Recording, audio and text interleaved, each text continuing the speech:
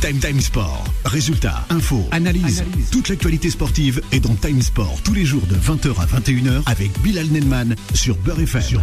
Bonsoir à tous et à toutes. Lundi 12 mai, on est ensemble 2025 sur l'antenne de Beurre FM avec vous durant une heure concernant l'actualité sportive du week-end. Et oui, on reprend Time Sport 20h 21h sur la plus belle des radios Beurre FM. 20h pétante, on va parler de quoi? De Marseille en C1, en Champions League, cette fameuse coupe aux grandes oreilles qui leur a porté chance. Et oui, en 1993 du côté de Munich, on espère aussi le sacre d'un nouveau club français, le Paris Saint-Germain, pourquoi pas, le 31 mai prochain face à l'International de Milan. Et oui, les Interistes de Simone Inzaghi. On va reparler de quoi ensemble? Du Paris Saint-Germain, encore une fois, les hommes de Luis Enrique qui cartonnent au trophée UNFP hier soir dans l'agglomération parisienne. Et oui, on a vu des lauréats, notamment le meilleur joueur Dembélé et le meilleur joueur de Ligue 1 McDonald's. Voilà, ça, on va en parler avec toute l'équipe qui m'accompagne ce soir, voilà, de Time Sport. On aura aussi au programme le Classico hier soir, ça a été assez incroyable, le triplé de Kylian Mbappé. On aurait voulu qu'il remporte face au Blaugrana, et non, c'était Bamos, justement, l'équipe de Lamine Yamal. On va revenir sur cette rencontre qui a fait jaser notamment sur les réseaux sociaux, mais aussi à travers le monde et la planète football. Le Tea Time de Mourad, comme chaque lundi soir sur cette antenne de Beurre FM. Voilà, on l'aura en cette fin d'émission consacrée au football anglais. Le 01 53 48 3000. D'ailleurs, on vous expose le débat du jour. Dembélé, ballon d'or selon vous? Dembélé, justement, meilleur joueur du monde. Oui, de cette saison. En tout cas, il rafle tout pour le moment. On espère pourquoi pas la Champions League avec le Paris Saint-Germain. 01 53 48 3000. Sans plus tarder, on va présenter la fine équipe qui m'accompagne ce soir.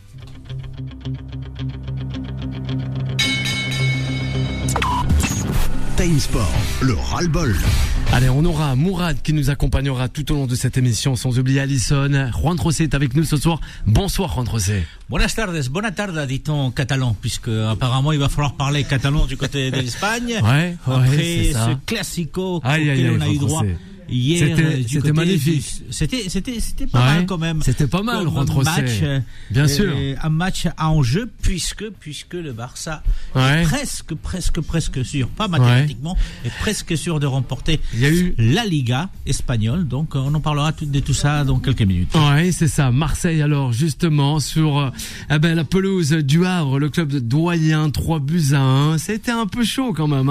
On a eu ce doublé d'Amin Gouiri et aussi Mason Greenwood à la 85e qui a entre autres crucifié les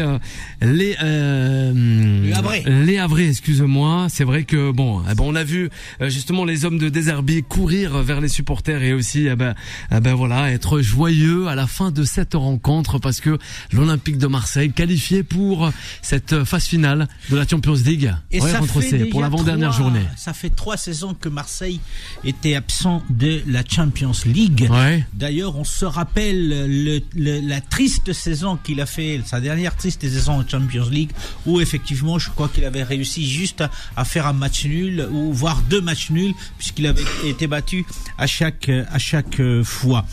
Marseille qui a fait le boulot depuis des mois, depuis des semaines, depuis 2 mois. Ils ont essayé en tout cas.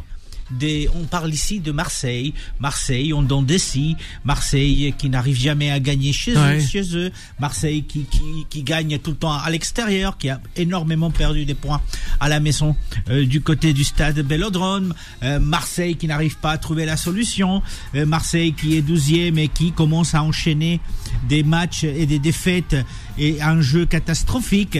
Et je vous disais depuis le début qu'effectivement c'était peut-être la saison de Marseille, et c'est la saison de Marseille en fin de compte à la fin de cette année, puisque ils ont réussi celui qui était le premier objectif, c'était aller donc en Champions League. Ça y est, ils vont aller en Champions League. Maintenant il va falloir finir en beauté. Finir en beauté, bien sûr, c'est remporter le dernier match chez eux avec son public face à Rennes, puisque de toute façon ils sont sûrs de terminer parmi les 3 premiers. Ça nous permet aussi justement de voir celui qui va aller aussi avec Marseille et le PSG, Monaco qui est déjà qualifié aussi pour la Champions League et qui va se déplacer à Lens lors de la prochaine journée. Donc encore une fois, pour Marseille, je pense que c'est réussi. On peut ou pas aimer le jeu qui a été développé tout au long de cette saison. Forcément, on n'a pas aimé parce qu'il y a eu des matchs qui ont été soporifiques. Mais au moins, hier, ils ont fait le boulot. Peut-être, il faut constater tout simplement qu'encore une fois, le terrain a été envahi par des supporters. C'est vrai qu'il y a eu le match a été arrêté, grabouge du côté des tribunes et que pendant une trentaine de minutes le match a été arrêté. En tout état de cause, Marseille est qualifié. Les Marseillais peuvent être heureux même si le jeu des Marseille n'a pas été magnifique tout au long de cette saison. Justement, réaction avec Solal qu'on va écouter, l'Olympique de Marseille qui frappe fort tout de même. Oui, deuxième dauphin du Paris. Bonsoir Bilal, bonsoir José, quel plaisir d'être sur Beurre FM sur cette antenne magnifique.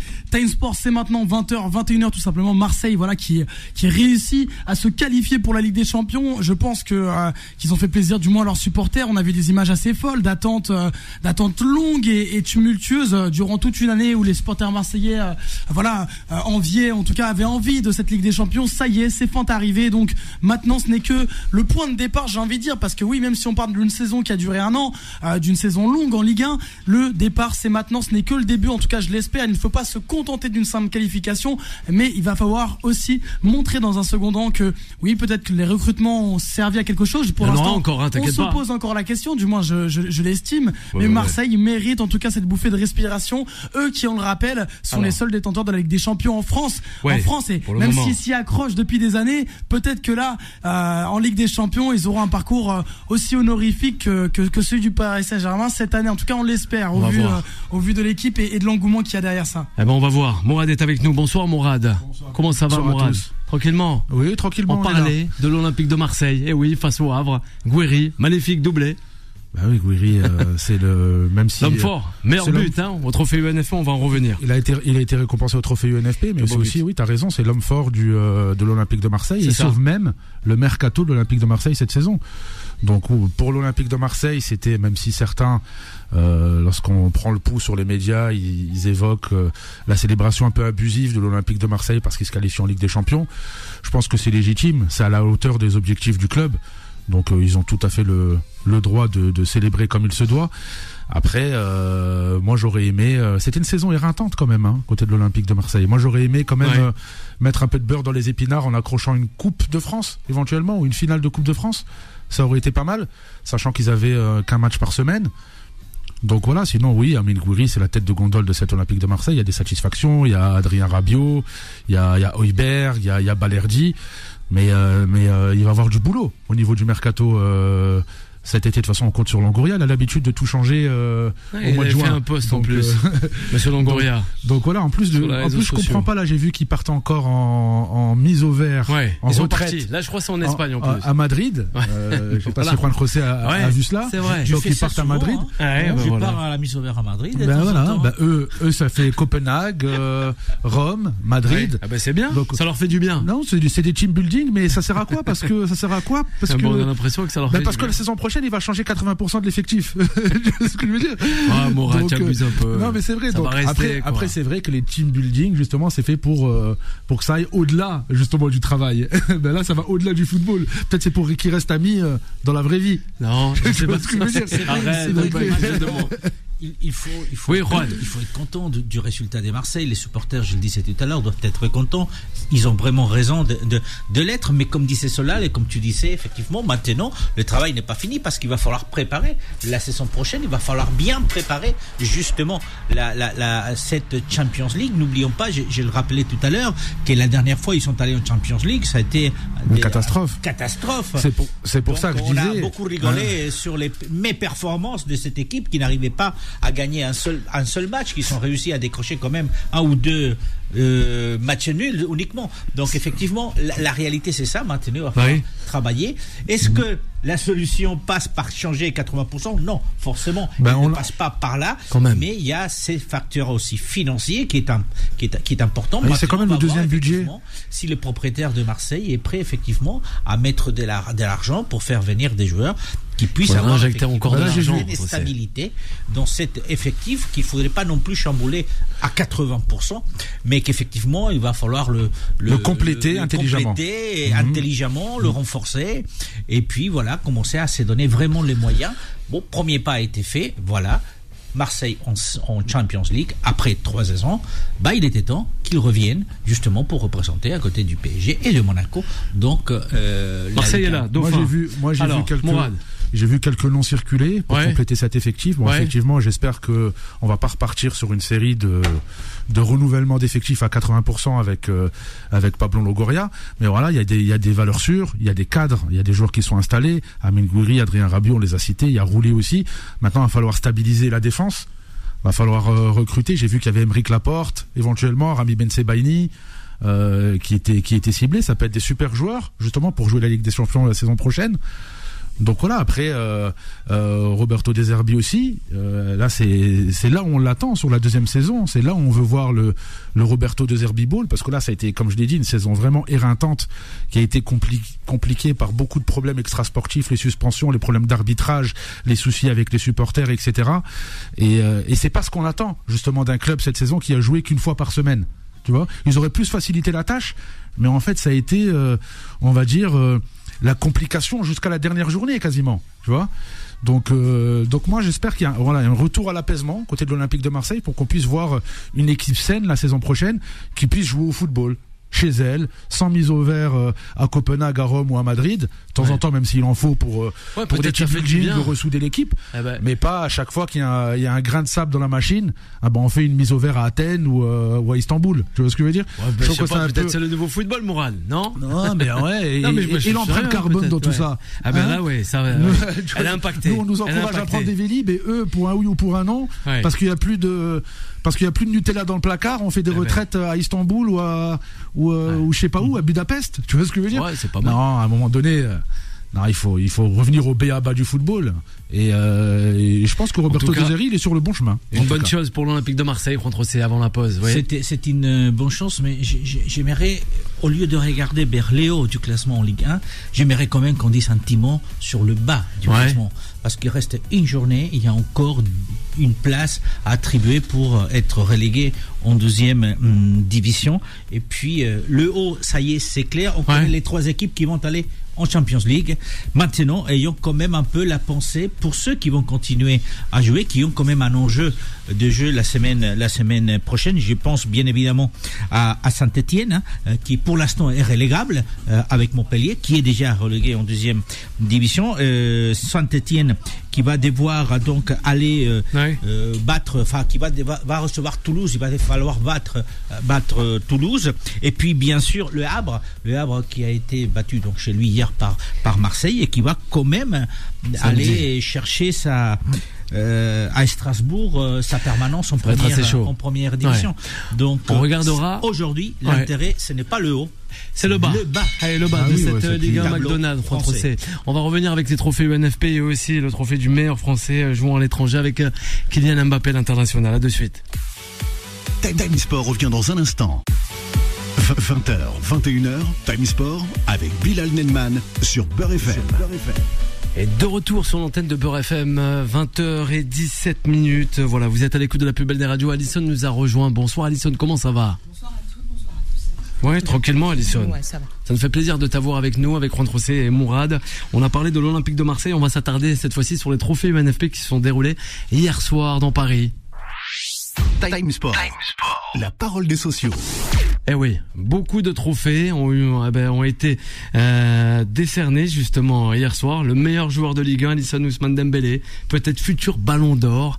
Eh oui, on m'a pris un peu pour un fou. C'est vrai que c'est bien parce que c'est chaque lundi, j'en parlais, et chaque lundi tu étais avec moi en plateau. Et chaque lundi, j'étais pas d'accord. Et chaque lundi, tu étais pas d'accord. Et peut-être ce lundi, je suis pas d'accord. Elle sera pas d'accord avec moi. Dembélé, meilleur gardien Lucas Chevalier, sans oublier aussi le meilleur espoir Désiré Doué. retrouvé avec le Paris Saint-Germain.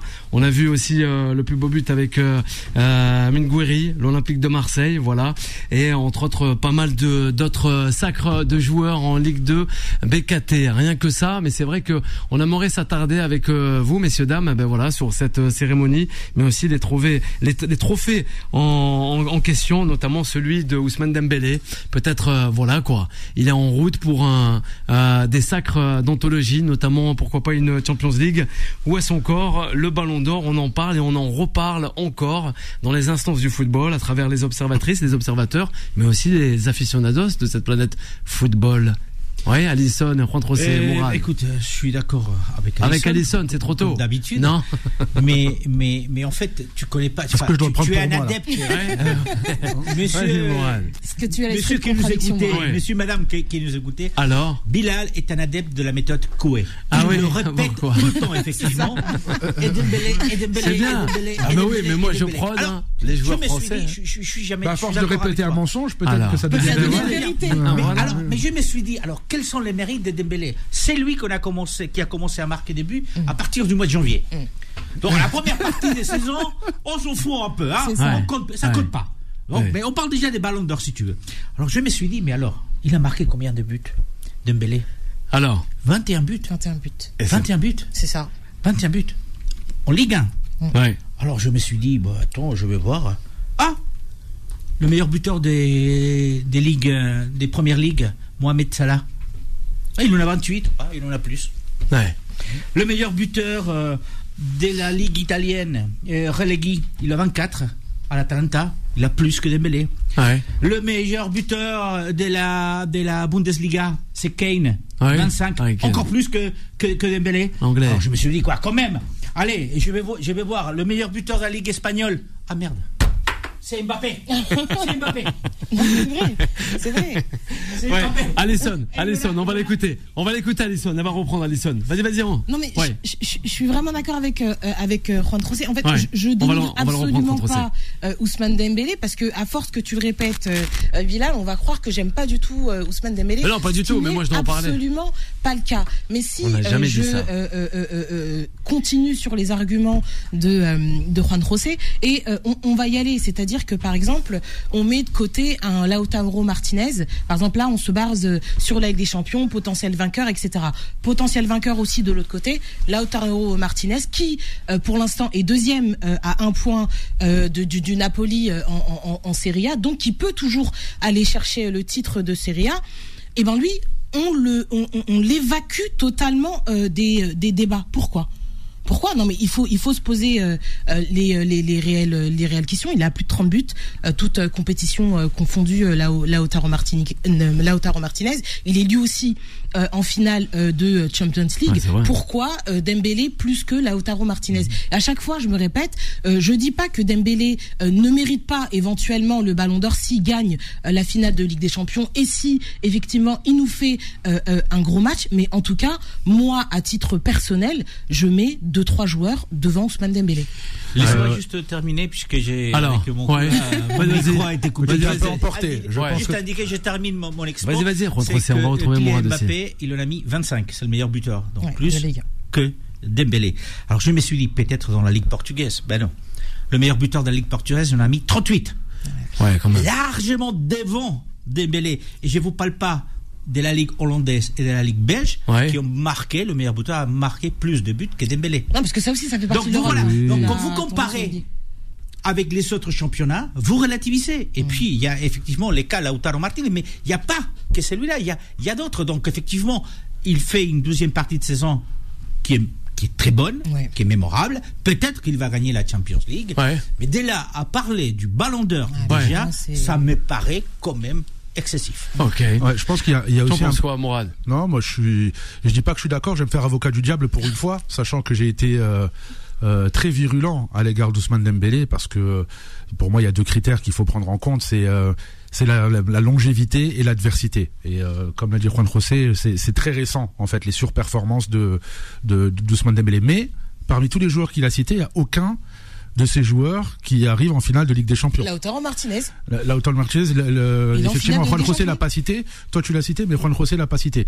Donc oui, pour moi, il est incontestablement dans le top 5 Ballon d'Or, avec Mohamed Salah, avec Lautaro Martinez, avec Lamine Yamal. Alors on parle beaucoup. Si tu me dis meilleur joueur de Ligue 1, incontestablement, c'est Ousmane Dembélé, le survolé de loin. Oui. Par contre, lorsqu'on parle du Ballon d'Or, je pense que c'est un niveau au-dessus. Moi, j'aime beaucoup personnellement. On aime bien mettre en avant les stats. Pour moi, c'est insuffisant. Ça reste un critère, mais pour moi, c'est insuffisant. Que ce soit les trophées collectifs aussi, c'est un critère, ça à prendre en compte, mais c'est insuffisant. Pour moi, il y a un critère qui est non palpable, c'est l'émotion et c'est le talent. Dans ce cas-là, pour moi, le Ballon d'Or incontesté et incontestable. Alors, pour moi, il s'appelle Lamine Yamal. Je suis d'accord. Voilà, Lamine Yamal. Je suis d'accord aussi. On donc voilà. Après, il y a d'autres critères aussi à prendre en compte. Le Ballon d'Or, il faut prendre en compte aussi les votants. Les votants sont des journalistes. Ouais, c'est ça. On sait, à l'échelle mondiale, il y a plus de 100 pays. Et on sait l'importance. Donc j'essaye de prendre de la hauteur et ne pas être un footique, c'est dire il est bon, il est mauvais. Ceux qui votent généralement pour le Ballon d'Or, on sait l'importance, le poids médiatique que représente Barça, Real, ainsi que les clubs de Première Ligue. La plupart peut-être la moitié de ces 100 journalistes ne regardent, pour eux c'est insignifiant, un trophée de Ligue 1, une Coupe de France. Et à juste titre, une Liga vaut plus qu'un titre de Ligue 1, une Coupe du Roi vaut plus qu'une Coupe de France, donc c'est sur ces critères-là. Et aussi, il y a une nouvelle compétition qui arrive, il y a la Coupe du Monde des clubs, ça aussi ça va être regardé. Donc moi en tant que fan, bien sûr les stats, je les regarde d'un coin de l'œil, les trophées collectifs, je regarde aussi, mais pour moi c'est plus l'émotion et le collectif. Et pour moi c'est Lamine Yamal qui mérite incontestablement ce alors, dernier joueur. On a des réactions sur les réseaux sociaux. Justement circuler. J'ai vu que certains parlent de Donnarumma, tu vois. Donc parfois leur supporterisme, parfois les aveugles, même un peu trop, alors que c'est même pas le gardien de Ligue 1. Le meilleur gardien de Ligue 1, c'est justement Chevalier qui au moins rajoute un peu de pragmatisme à cette liste. Et sachant que Donnarumma, avant cette campagne de Ligue des Champions, il a failli être limite assis sur le banc par Safonov, qui ressemble à un homme canon du cirque Bouglione. Arrête un peu, il faut respecter Bouglione quand même, c'est assez sympa. Mais oui, mais arrête, non. J'aime beaucoup, mais je le vois au parc, j'étais plusieurs fois au parc cette saison. C'est un très bon gardien sur sa ligne, mais il a beaucoup de défauts, et même s'il fait une grande campagne de Ligue des Champions. Alors, vas-y, tu voulais réagir sur le gardien, le portier. Non, mais par rapport au Ballon d'Or, il faudrait quand même à un moment ouvrir les dossiers de milieu de terrain si au bout d'un moment les attaquants ne vont pas au bout des compétitions. Parce que oui, on parle d'Ousmane Dembélé aujourd'hui parce qu'il pourrait gagner la Ligue 1, c'est déjà fait. La Coupe de France c'est à venir, la Ligue des Champions peut-être. À savoir. Le trophée des champions l'année dernière, donc ça fait 4 déjà, et la Coupe du Monde des clubs, ça fait 5 trophées en une année, donc oui peut-être. Mais Ousmane Dembélé pour moi, il y a la Nations League aussi. C'est vrai. Bien sûr. Donc déjà en termes de trophées, on est bien au-dessus de Lamine Yamal parce que vraiment il a mal. Yamal. Non mais j'ai fait exprès de dire qu'il a mal parce qu'il est passé à côté de ses baskets. Mais par contre, ouvrons le dossier milieu de terrain. Pourquoi Rodri gagne un Ballon d'Or et Vitinha cette saison, s'il gagne 5 championnats plus je sais pas si t'écoutes ce que je dis. Dès que je te dis l'importance du poids médiatique que représente le Real Madrid, le Barça et les clubs de Première Ligue et la nationalité des votants. Et la nationalité des votants journalistes. C'est vrai. Rodri est espagnol. Je n'ai pas envie d'écouter. C'est le supporterisme. C'est le but de l'échange. Voilà, c'est le supporterisme. C'est pour ça que ça m'intéresse plus d'échanger avec des supporters comme ça, à outrance, où ils prennent pas de hauteur. C'est encore plus pour ça que j'ai pris l'exemple justement de Lautaro Martinez, parce que je sais que il y a un Solal qui va me dire oui mais pourquoi pas Dembélé et n'importe quoi. Pourquoi pas Dembélé? Non mais parce que justement à quasiment niveau équivalent et quasiment j'ai l'impression de débattre avec qui, excuse-moi Alison, équivalente. Si tu me dis que Lautaro Martinez il est loin derrière Dembélé, et ben là il y a un problème. Avec Solal, j'ai l'impression que tu sais l'assistant de Jamy à l'époque dans C'est pas sorcier. C'était sympa ça. Et pourquoi pas Dembélé, Jamy? Et pourquoi pas la Ligue des Champions? Jamy, c'est sympa. Non, on est sur France 3, c'est sympa, on respecte nos confrères, s'il vous plaît. On respecte nos confrères et aussi notre aviateur Solal puisse exister en France. Bien sûr, je taquine Solal. Soyons clairs, il n'existe qu'en France. Qu'en France, aujourd'hui. On est d'accord. Mais tu demandes, encore une fois, tu demandes à 70% des journalistes votants, je pense pas qu'ils vont voter pour Ousmane Dembélé, même si moi j'aimerais bien, et moi personnellement j'aimerais bien qu'Ousmane Dembélé soit Ballon d'Or. Mais je sais que le championnat de France, n'est pas forcément regardé, même si on va dire le Paris Saint-Germain a mis la lumière aussi sur le championnat de France et rayonne sur le plan international. Des réactions avec le Dembélé. Paris Saint-Germain rayonne. Bien sûr, le Paris Saint-Germain. Championnat de France. Ouais. Parce en même temps, le championnat de France souffre justement de la puissance trophée du PSG. Il y a quelques années, il y a une quinzaine d'années, même une dizaine d'années, vous disiez le championnat d'Espagne, c'est un double championnat parce qu'il y a le Barça et le Real. On avait le Barça et le Real. C'est vrai, en France, il n'y a rien pas à voir. Que le PSG. Rien à voir. Bien sûr. Aujourd'hui, je lisais heureusement qu'il y a un le PSG de Marca qui parlait justement de la qualification en C1 de Marseille, et Marca disait Marseille, la meilleure équipe du championnat de France, entre parenthèses. Le PSG joue dans un autre championnat. C'était entre parenthèses dans l'article de Marca. Et il y a l'importance, mais c'est vrai. Et il y a l'importance aussi des droits non domestiques. C'est pour ça que c'est toujours un problème aussi économique.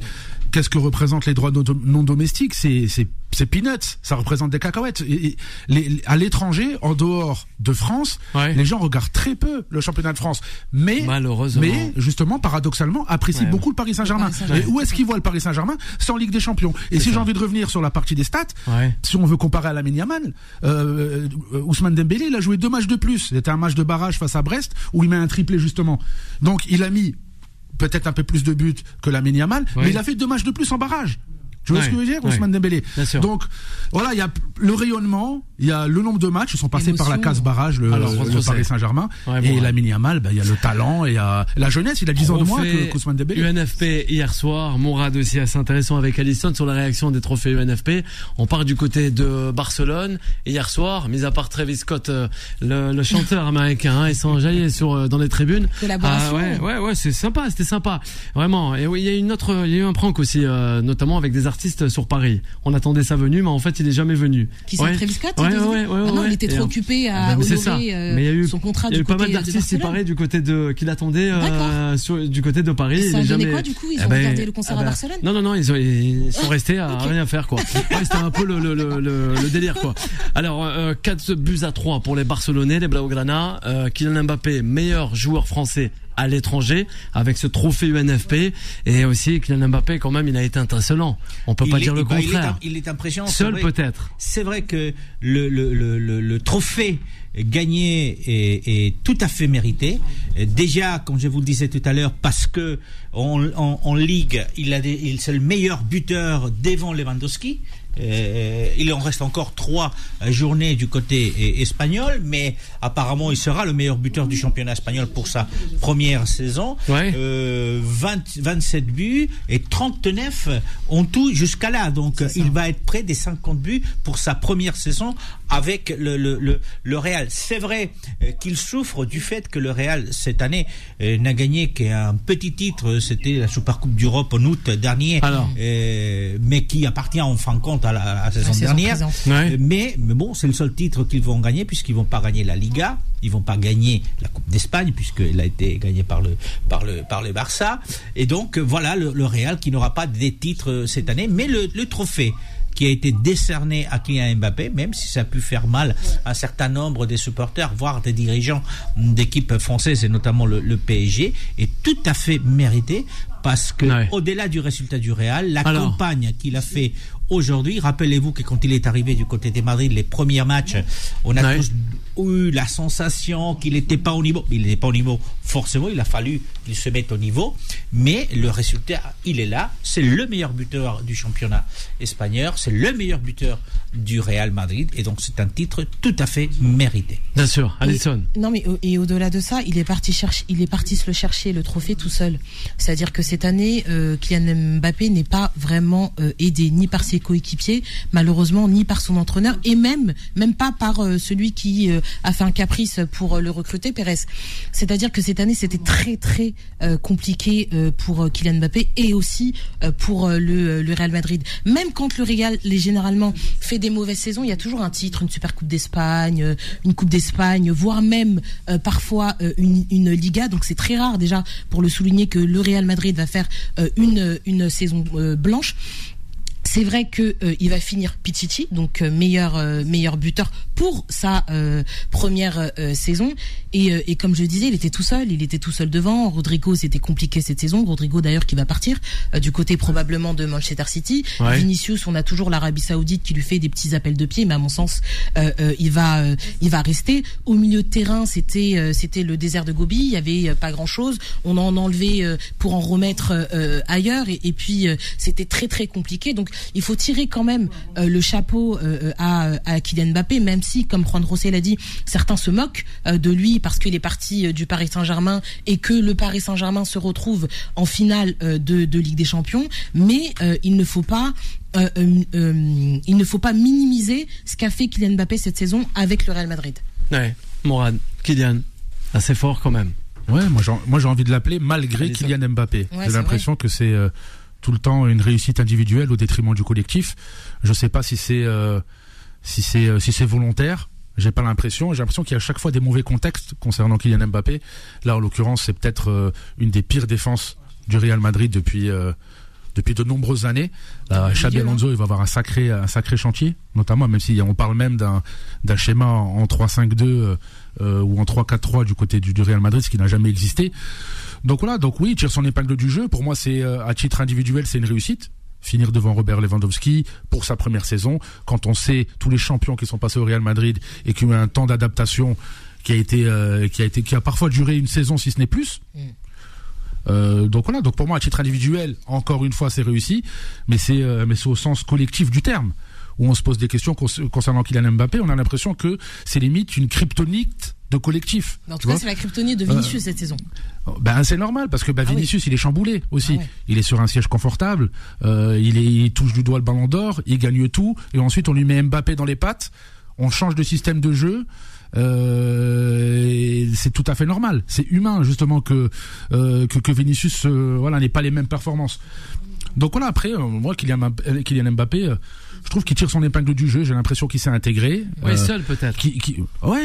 Seul contre tous. Ouais. J'ai l'impression que c'est une intégration forcée, justement. Il s'impose. Et ça, j'aime bien cette force de caractère. Il est pas là à dire finalement ils veulent pas de moi. Il s'impose. Il prend les pénaltys. Il les provoque. Donc moi justement je salue son attitude. C'est vrai, moi. Mais voilà, il faut toujours être comme une main de fer dans un gant de velours. Tu vois ce que je veux dire? Ça veut dire qu'il faut Juan José, on a fait rêver notre collectif. Mais le problème c'est que quand vous arrivez dans un club comme le Barça, comme le Real, comme Liverpool, comme Manchester City, le jeu s'adapte pas à vous. Vous adaptez au collectif. Et il a fallu. Mais là, c'est pas de sa faute, du coup. Moi, là où moi, je reproche quelque chose à quelqu'un, c'est Carlo Ancelotti. On l'a dit ici même. Il arrive dans un club et dans un vestiaire où ils ne sont pas à disposition des clients Mbappé. Merci, Juan José. S'adapter. On fait une courte pause, Juan José, on revient rapidement avec vous et les auditeurs aussi. Time Sport revient dans un instant. 20h, 21h, Time Sport avec Bilal Nenman sur Beurre FM. Vous êtes à l'écoute de Beurre FM, 20h36 avec Juan José, notre journaliste consultante Alison qui est avec nous en ce lundi soir, et Mourad et son Tea Time qui arrive à grands pas. Le 0153 48 3000, rien de plus simple pour réagir avec toute l'équipe, c'est parti. Time Sport, le mode pressing. On était en Espagne avec Alison. Ouais, elle était du côté de Barcelone il y a 2 semaines maintenant, je crois, c'est ça Alison. Juan José aussi du côté de Valencia, mais on va revenir avec Mourad avec les trophées UNFP et Cherki aussi. Eh oui, Cherki dans ce 11 type, on rappelle que 2 non parisiens, Cherki et le gardien, le portier. Chevalier, c'est ça. Chevalier. Ouais, pour moi c'est mérité pour Ryan Cherki. On a l'impression qu'il est sur une pente ascendante. Elle est pas exponentielle, mais il est quand même sur une pente ascendante. Après, moi, j'ai pas aimé justement son appel du pied comme ça en public au Paris Saint-Germain. Tu vois, je trouve que c'est dévalorisant. Aussi de l'équipe en parlait. Donc beaucoup de monde. C'est dévalorisant. Voilà, je trouve qu'il devrait faire preuve d'un peu plus de professionnalisme et d'avoir un peu plus de respect pour son club. Donc voilà, cet appel du pied, moi j'ai pas trop aimé. On a l'impression que c'est moi quand j'ai envie de rentrer en boîte de nuit et que je dis que je connais quelqu'un qui est à l'intérieur, qui a pris, je vais pas dire qui a pris une bouteille, j'allais dire ça, mais au moins qui a consommé. Si tu vois ce que je veux dire. Non, mais j'ai mon gars à l'intérieur, je connais quelqu'un, tu vois. Donc ouais, il y avait un côté forceur, mais après, Ryan Cherki, intrinsèquement, Pour moi, il mérite justement de figurer dans cette équipe type. Après, sur la projection pour rejoindre le Paris Saint-Germain, je sais pas s'il est Luis Enrique compatible. Même si je pense que Luis Enrique apprécie les défis comme cela, où il récupère un joueur qui est un diamant brut, où il va le façonner. Je pense que ça peut être un challenge intéressant pour Luis Enrique de récupérer un Cherki et de voir ce qu'il peut en faire. Ouais, mais je pense que Luis Enrique peut-être aurait préféré un joueur dans le profil de Cherki, peut-être avec un peu moins de talent, mais avec un peu plus de cardio, un peu plus de coffre. Peut-être qu'il va le faire travailler. Là, j'aurais été dans ton sens, mais là, je pense pas qu'il soit Luis Enrique compatible. Et tu le mets où, Cherki, dans l'effectif actuel du Barça? Justement, Luis Enrique compatible dans le sens peut-être des a priori qu'il a sur certains joueurs, mais aussi par rapport à son système de jeu. J'ai l'impression qu'il est plus sur des ailiers, on va dire, très athlétiques. C'est ça. Luis Enrique. Mais je sais qu'il apprécie aussi les artistes comme Ryan Cherki. Et je pense qu'il aurait bien aimé peut-être lui donner un autre rôle. Pourquoi pas le faire jouer plus bas dans un milieu à 3. Peut-être que de toute façon il y a un turnover qui est perpétuel quand tu veux jouer toutes les compétitions. Peut-être que s'inscrire dans un milieu à 3 aux côtés de Vitinha, de Ruben Neves, de Fabien Ruiz, de Warren Zaïre-Emery, etc. Ça pourrait être intéressant. Et pourquoi pas sur un côté aussi, ou même en faux neuf. Voilà, il a tout essayé de toute façon, Luis Enrique. Il a été hyper créatif. Qui s'attendait à voir Ousmane Dembélé évoluer en pointe il y a quelques années? Même juste l'année dernière, même pas il y a quelques années, personne. Donc voilà, moi j'aimerais bien voir ce que ça peut donner Ryan Cherki sous les ordres de Luis Enrique, un entraîneur qui n'hésite pas à réveiller, à challenger les talents bruts comme Ryan Cherki. Mais il réveille beaucoup de monde. Vas-y, Alison. Il a encore ce contrat, Cherki, non? Je sais pas au niveau de ce contrat, mais je sais qu'il est quelques je sais que années. Textor, je sais que Textor a exactement, c'est de la négociation un contrat de toute façon, et c'est fait pour être rompu. Donc il a eu des offres, je me souviens qui avaient été refusées, même du Paris Saint-Germain qui avait été jugé trop basse, je crois qu'à l'époque c'était 15 millions. Il avait reçu une offre de Dortmund aussi à 22 millions qui avait été rejetée. Là avec la saison qu'il fait, où il est quand même je crois qu'il est meilleur passeur, je crois qu'il fait une saison à 18 passes décisives et un peu plus de buts que Désiré Doué, je pense que sa cote elle a augmenté, donc sa valeur marchande elle a augmenté, donc là en contrat jusqu'en 2026, c'est sûr qu'il va recevoir des offres, notre journaliste, et je pense qu'il va être pressé de le vendre au meilleur rapport qualité-prix, parce que il a pas envie surtout dans le contexte économique actuel, je pense pas qu'il voudra s'asseoir sur minimum 30 millions d'euros concernant Ryan Cherki. Il y a deux questions qu'on peut se poser. La première, est-ce que Cherki va apporter quelque chose au PSG? Est-ce que ceux qui sont déjà au PSG aujourd'hui, même sur le banc, qui ne jouent pas systématiquement, sont pas meilleurs que Cherki? Ceux qui vont revenir. Est-ce qu'il est prêt à peut-être aller aussi passer par le banc de touche de temps en temps, parce qu'il ne sera pas un premier choix pour Luis Enrique? On peut se poser la question. Je crois qu'aujourd'hui l'effectif du PSG peut être encore renforcé. Je suis pas sûr que Cherki soit, et je reprends ton expression, un diamant brut. Tout simplement parce que je crois qu'il a déjà joué à un peu plus de 150 matchs. C'est ça. Il joue depuis qu'il est très jeune. Voilà, et il doit être à sa 5e ou 6e saison. C'est un diamant, ça n'a pas d'âge. Non, mais ce que je veux dire par là, c'est que. Et il a que 21 ans, Cherki. Oui, on a l'impression qu'il joue depuis. Il a que 21 ans. Mais quand vous avez des joueurs comme Doué, par exemple, qui en a que 19. Un espoir. Voilà, quand on a des joueurs comme Barcola, quand on a comme Zaïre-Emery, donc enfin des joueurs aussi très jeunes est beaucoup plus volubile pour un entraîneur comme Luis Enrique, et je vois pas en fait vraiment l'intérêt que peut avoir le PSG à recruter pour effectivement 20, 30 ou 40 millions Cherki. Donc ça reste à voir de toute façon, connaissant comme on connaît Luis Enrique, que ça soit lors de son passage au Barça ou lors de son passage en équipe d'Espagne, est quelqu'un qui est capable de chambouler son équipe d'un match sur l'autre, et ça veut dire effectivement qu'il a besoin quand même d'un profondeur de touche assez important, justement pour pouvoir entamer toutes les compétitions. Je suis d'accord avec toi. Il y a une information sine qua non qu'il faut garder en tête, on en a une qui vient de tomber aussi, que l'agent de Ryan Cherki, c'est la maman de Kylian Mbappé, il me semble, si je ne me trompe pas. Ouais, c'est ça, je crois. Ou l'entourage de la maman de Kylian Mbappé. En fait. Donc, vu le contexte, et par les temps qui courent, Soit il change d'agent, mais je vois mal. Soit il va au Real. Soit il va au Real. C'est possible. Et c'est possible. En tout cas, ça va être compliqué. Compliqué. Avant de passer au Tea Time, Juan José, les rumeurs, Carlo Ancelotti, donc nouveau sélectionneur du Brésil. Ce n'est pas après des rumeurs. Voilà. Depuis 2 ans, c'est vrai que maintenant ça a été annoncé. On pensait qu'il aurait pu partir l'été dernier. On a Farid qui nous écoute et qui voulait le dire. Il avait dit qu'il allait continuer avec le Real. Et maintenant, c'est la fédération brésilienne de football qui a annoncé que le 1er juin, il sera le nouveau sélectionneur du Brésil. A priori, on voyait ça avec Alisson. Le 6 juin, il sera sur le banc touche du Brésil. Pour le Brésil-Équateur. Maintenant, on attend. Donc, l'annonce officielle du Real qui n'a rien dit. Oui, il n'a pas démissionné, il n'est pas parti du Real encore. Quand même, l'annonce officielle de l'arrivée de Xabi Alonso, puisque le Real n'a rien dit, sachant que, par contre, Xabi Alonso a déjà annoncé qu'il était temps d'échanger d'air et de commencer un nouveau projet.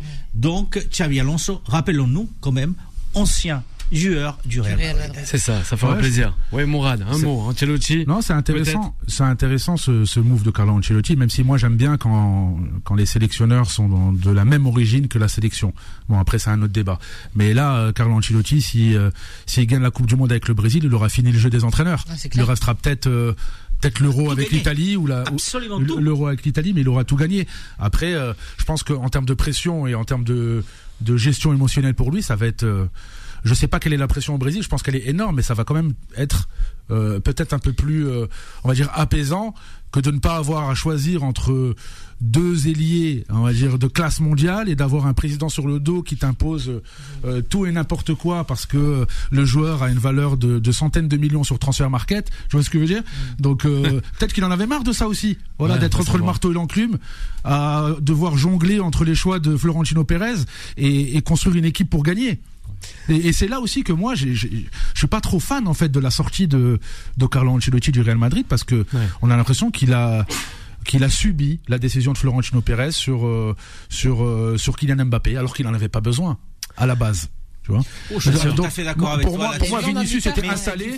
C'est une façon de terminer sa carrière quand même en beauté, effectivement. Pour moi, Vinicius était installé. Le championnat d'Espagne, le championnat d'Italie, les championnats de France, les championnats d'Angleterre, le championnat d'Allemagne, qui a gagné plusieurs Champions League, finir peut-être avec le Brésil en champion du monde. Ça, c'est sûr. Moi, je te parle de sa sortie du Real et de sa saison au Real. Pour moi, il sort pas par la grande porte. Au Real Madrid. Pour moi, il sort pas par la grande porte. Il sort pas par la grande porte du côté du Real Madrid. Allez, on va terminer cette émission avec le Tea Time de Mourad. Tea Time avec Mourad. Et oui, Mourad, c'était chaud en Première Ligue ce week-end lors de cette fameuse 36e journée. Oui, Bilal, c'était une journée spéciale. Il y a eu plein de trucs. Il y a eu le nul entre Liverpool et Arsenal. Je sais pas si vous avez vu avec les sifflets pour Alexander Arnold, que je trouve exagéré d'ailleurs. Oui. Il y a eu le président de Nottingham Forest aussi. Je sais pas si vous avez vu Marinakis, qui est descendu sur le terrain pour engueuler Nuno Espirito Santo. Ça c'était incroyable. En plus, il a des airs de Dominique Farrugia. Franchement, c'était énorme. Alors le pire, c'est qu'il est il est amnésique un peu, le président de Nottingham Forest. La saison dernière, il était 17e. Voilà, quasiment relégable. Cette saison, il est potentiellement européen et il se permet de parler de la sorte peut-être à un des meilleurs entraîneurs de Première Ligue, Nuno Espirito Santo. Il y a eu aussi, alors sur cette journée de Première Ligue, il y a eu Man United, voilà, 16e de Première Ligue, qui perd encore contre West Ham. Et le pire, c'est qu'ils vont trouver le moyen de gagner un titre européen cette saison et d'être en Ligue des Champions l'année prochaine en gagnant l'Europa League. Donc vraiment, voilà, etc. Ça a été une journée incroyable du côté de la Première Ligue ce week-end. Mais pour moi, j'aimerais mettre en lumière un club qui pour moi a dominé l'Angleterre, et c'est pas Liverpool, c'est pas Arsenal, c'est pas Manchester City. J'ai envie de rendre hommage peut-être à la meilleure équipe d'Angleterre cette saison, c'est le Paris Saint-Germain.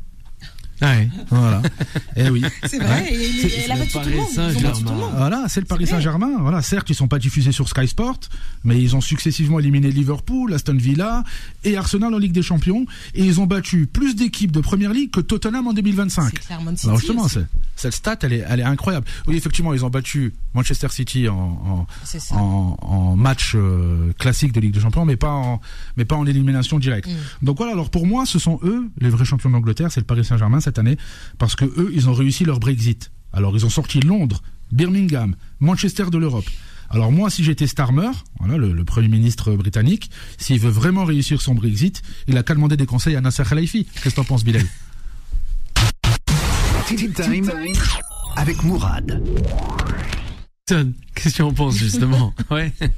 Il me posait la question. Écoute, j'en pense que ça serait pas mal. Il gère déjà un peu tout ce qui est droit télé. Il gère un peu la Ligue 1.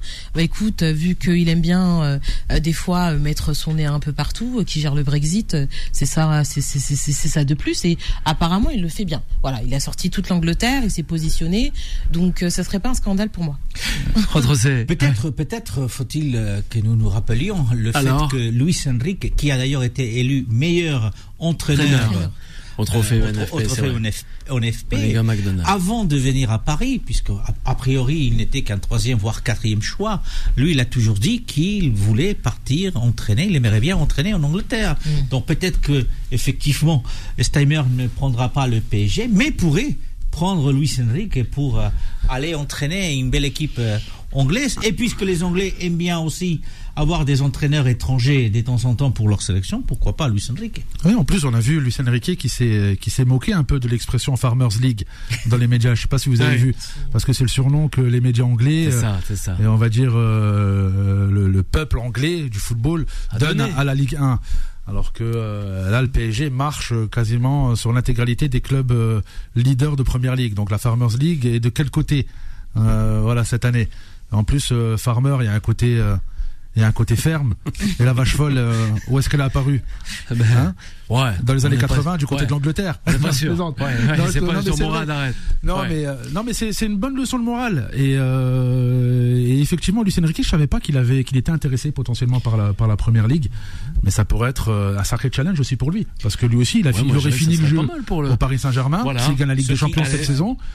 Et pourquoi pas, d'ici une saison ou deux, rejoindre la vraie Farmers League. Ce qui me permet juste de dire qu'il y a quand même une rumeur depuis plusieurs semaines. On a parlé d'Ancelotti et de Xabi Alonso qui pourraient arriver, mais à côté du nom de Xabi Alonso, il y a le nom des clubs qui effectivement a été nommé à un moment donné, qui a été mentionné comme peut-être futur entraîneur du Real si Ancelotti venait à partir. Pourquoi pas J'ai l'impression qu'il a levé le pied, Jürgen Klopp. De toute façon, il est dans d'autres fonctions aujourd'hui avec la Galaxy Red Bull. Je pense pas. Je vais laisser la parole à Alison. Excuse-moi, Alison. Vas-y, Alison, on va terminer avec elle. Revenir justement sur Trent Alexander-Arnold. Je trouve ça dur quand même pour les supporters de Liverpool. C'est un bébé des Reds. Enfin, il y a un moment où il a tout donné à Liverpool. Il a juste envie de changer un petit peu d'horizon pour un club équivalent, peut-être même au-dessus de Liverpool. Au contraire, il devrait lui dire merci pour tout ce que tu as apporté, tu nous as tout donné, tu nous as respecté, bon vent. Ouais, je suis d'accord. Je trouve ça très dur envers lui, vraiment. Je suis d'accord avec Alisson. Il quitte l'Angleterre en fait. Il rejoint pas un club rival. Il va pas à Everton ni à Manchester United. Donc il quitte l'Angleterre. Peut-être que j'en suis sûr que si on pose j'en suis sûr, je sais pas. Je suis pas dans sa tête, mais si on pose la question à Steven Gerrard, est-ce qu'il regrette pas sa fidélité, on va dire, éternelle à Liverpool? Est-ce qu'il aurait pas, avec le recul, privilégié un départ dans un club comme le Real Madrid, par exemple, qui le lorgnait justement, le Real Madrid, qui était sur lui pendant très longtemps, et il a toujours refusé de partir. Donc peut-être que avec le recul, il aurait changé d'avis, parce qu'aujourd'hui, même si il y a très peu de joueurs comme Steven Gerrard, il y a Francesco Totti, etc. Mais en termes de, est-ce qu'il aurait pas pu changer d'avis, voilà, Steven Gerrard? Bien sûr. Est-ce que il se dit finalement en fait ce n'est que du football et j'aurais pu porter une autre tunique, j'aurais pu gagner plus de titres. Est-ce que aujourd'hui Liverpool me soutient lorsque je fais des campagnes, que ce soit dans les bas-fonds de la Première Ligue ou de la Premiership ou de la Ligue écossaise avec les Glasgow Rangers? Est-ce que les fans de Liverpool me soutiennent dans mes moments difficiles, alors que moi j'ai toujours été envers et contre vents et marées justement pour ce club de Liverpool, tu vois? Je sais pas. On nous dit justement Hakimi meilleur profil pour Madrid que Trent, justement, Addison. C'est chez Clip des Cheikh Match, je dis ça. Bien sûr. Un retour Arnold peut-être. Pourrait être remplacé par Jérémy Frimpong, qui est à Leverkusen et qui a annoncé qu'il allait aussi quitter, qui pourrait être effectivement le remplaçant d'Arnold. Alexander Arnold, cette saison c'était compliqué. Il laissait des boulevards. Alors il a laissé des boulevards côté Liverpool. Il y avait un manque d'impact aussi. Peut-être qu'il était déjà parti dans sa tête. Peut-être qu'il supporte pas. C'était pas top. Ouais, exactement. Peut-être qu'il supporte pas l'intensité qui est imposée par Arne Slot. Mais dans le jeu sans ballon et dans l'agressivité et dans le positionnement défensif, c'était très compliqué pour Alexander Arnold cette saison. Ce qui n'a pas empêché Liverpool de gagner la Première Ligue largement devant Arsenal. Exactement. Alisson, peut-être quelque chose à rajouter. Allez, pour la fin de l'émission. Non. On te remercie, Alisson, de nous avoir accompagnés ce soir avec Juan José, avec Mourad, qu'on pourra retrouver la semaine prochaine, lundi soir, Mourad. Et oui, le petit clin d'œil. On aurait voulu avoir un petit son, mais on a eu un petit problème technique d'Ahmed. Eh oui, t'es à la menthe. C'est assez sympa, la caution. Voilà, qui nous écoute. Nous pensons à lui et peut-être le recevoir très prochainement sur cette antenne de Beurre FM. La suite des programmes, chers auditeurs et auditrices. Et nous, on se donne rendez-vous dès demain. Retrouvez Time Sport tous les jours de 20h à 21h et en podcast sur beurrefm.net et l'appli Beurre FM.